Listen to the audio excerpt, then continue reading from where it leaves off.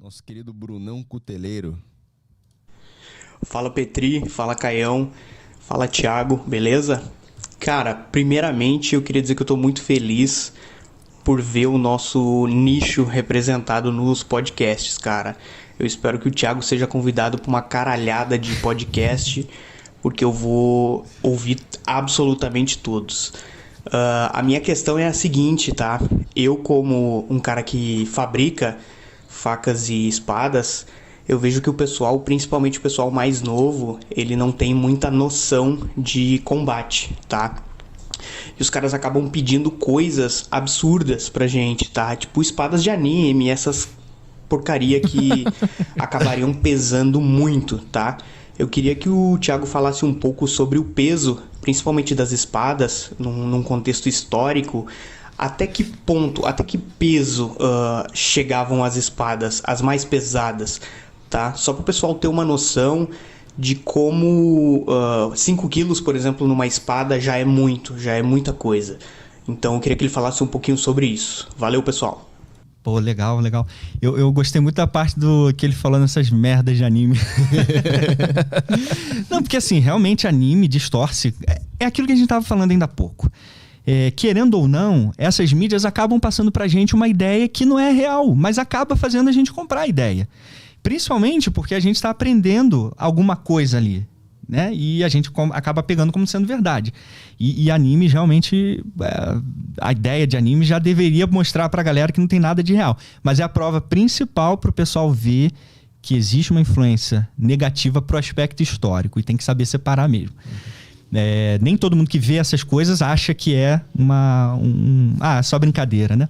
Mas em relação ao lance dos pesos, né? Por exemplo, eu vou pegar aqui já para contextualizar.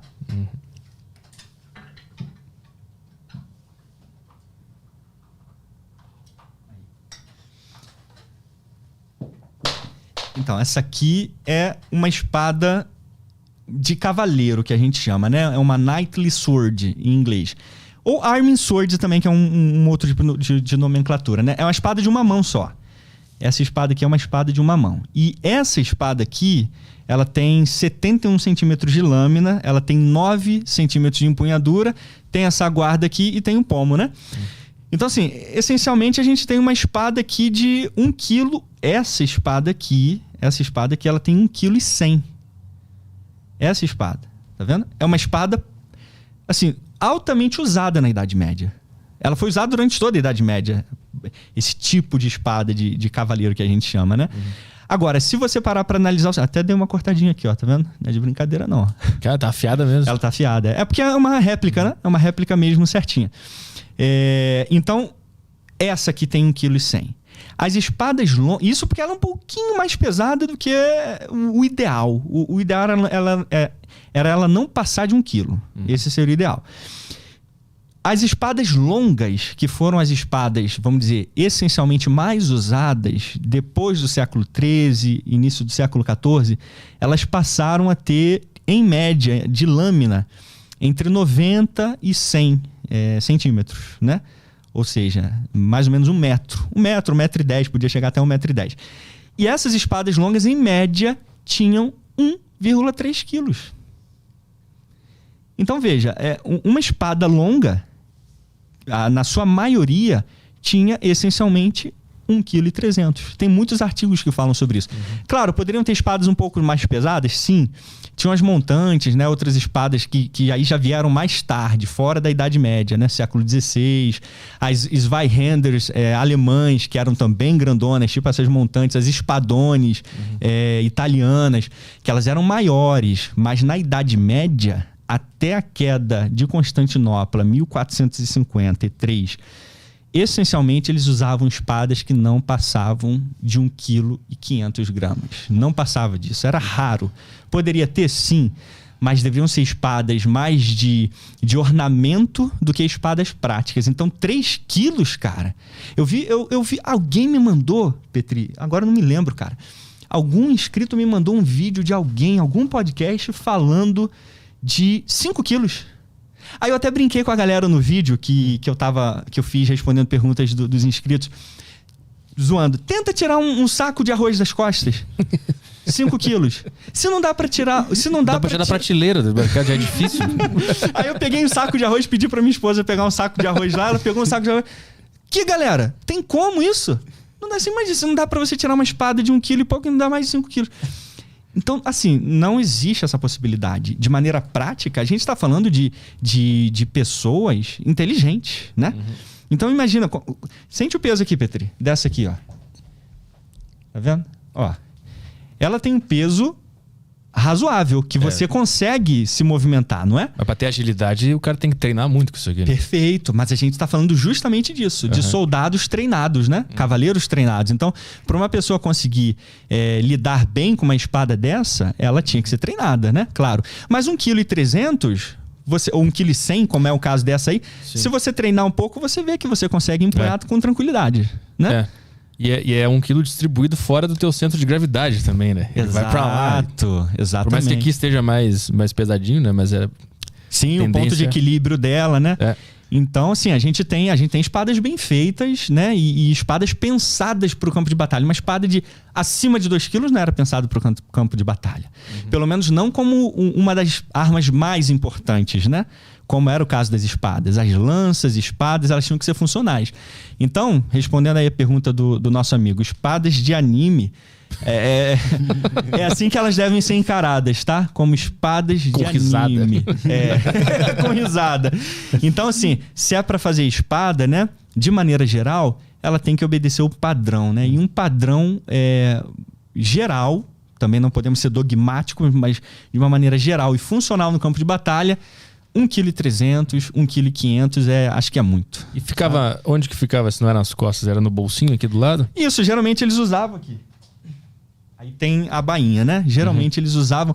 Cara, você acredita uma coisa, cara? Esse lance de espada nas costas, né? É uma coisa tão bizarra. É até difícil eu imaginar que um dia eu poderia ficar discutindo sobre isso. Sabe? Nos sites, nos canais gringos, existem vídeos respostas. Que um responde pro outro que dá pra usar a espada longa nas costas e o outro responde que não dá. E aí um terceiro responde que dá... Tá virando um furdunço esse negócio de espada. Terra plana. É a nova terra plana. Cara, exatamente. Eu fico pensando, onde eu tô entrando, cara? Eu pensei assim, que idiotice é essa? Vai ter um documentário na Netflix sobre as pessoas que acreditam no que pode tirar das coisas. Exato. Aí, por exemplo, alguns perguntam, Thiago, espada chinesa, espada japonesa, dá pra tirar? Cara, eu não sei, porque minha especialização não é espadas chinesas e nem japonesas, no sentido de saber como que os caras usavam. Eu não fico estudando pra saber se os samurais sacavam espada das costas. Eu sei que os ninjas, existem evidências que os ninjas tiravam, os ninjatões e tudo mais. Agora, se em algum momento da Idade Média um samurai usou em alguma ilustração, alguma espada nas costas, as espadas samurais eram curvas, né? Então isso por si só já facilitava o ponto de retirada dela. As espadas europeias, elas são retas, né? Então assim, Thiago, se você usar a bainha mais abaixo ou mais acima, ela na horizontal, meu Deus do céu. Pra tirar pro lado, assim? A gente não precisa, sabe? Por exemplo, essa espada aqui, ela é uma espada pequena, né? É considerada de pequena proporção comparado com as espadas longas. Né? Por exemplo, tá bem abaixo aqui a bainha, né? Ó, tá rente ao meu trapézio aqui, basicamente. Se eu tivesse que tirar ela aqui, ó.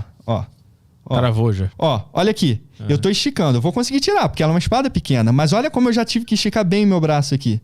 Sabe? Dá pra carregar isso aqui nas costas? Cara, dá. Pra transporte dá, né? Dá, você amarra um troço aqui, bota ela nas costas. Agora, o que eu falo e destaco pra galera é no ponto de vista funcional. E aí entra o lance dos jogos e dos filmes, né? Os caras tiram e sacam como se estivesse, sabe, tirando uma moeda do bolso, cara. Sim. Eu tiro e boto assim. É esse o ponto. Você pode amarrar uma corda aqui e colocar isso aqui nas costas. Isso prova que os caras andavam na Idade Média desse jeito? Claro que não, entendeu? Não usavam espadas longas na Europa medieval. E ainda dá o barulhinho, costas, né? Simples. É estiloso, cara. Estiloso pra caramba, né? Você lembra do Conan, do He-Man, né? Cara tirando Eu Tenho a Força. Pô, isso é épico, né, cara? Mas na Idade Média não usavam. Pode inventar a gambiarra que quiser, cara. Pode inventar, pode usar uma espada. Hoje você pode usar uma espada na cabeça, se você quiser. Inventar uma bainha que dá pra usar na cabeça. Mas significa que na Europa medieval eles usavam? Claro que não, entendeu? Então o ponto é esse. Historicamente, não rolava. Principalmente se for uma espada longa, né? Reta como essa. Eles eram funcionais, eles queriam usar o negócio funcional no campo de batalha. Ia na cintura, era embanhada na cintura. Se você vê as iluminuras, tudo da Europa medieval, novamente, não estou falando dos hindus, não estou falando dos mongóis, não estou falando de ninguém de outras áreas. Eu estou falando da europeia, que é onde a gente vê as maiores representatividades, né? Nesses filmes e animes. Essencialmente, e claramente eles não usavam nas costas, cintura, que era onde sacava e tirava com facilidade, entendeu? E se fossem maiores, espadas maiores, montantes, século XVI, eles usavam, seguravam, apoiavam no ombro. Mas, novamente, imaginar que hoje dá para amarrar uma corda e colocar a espada nas costas e dizer que eles faziam isso na Idade Média, isso é estupidez.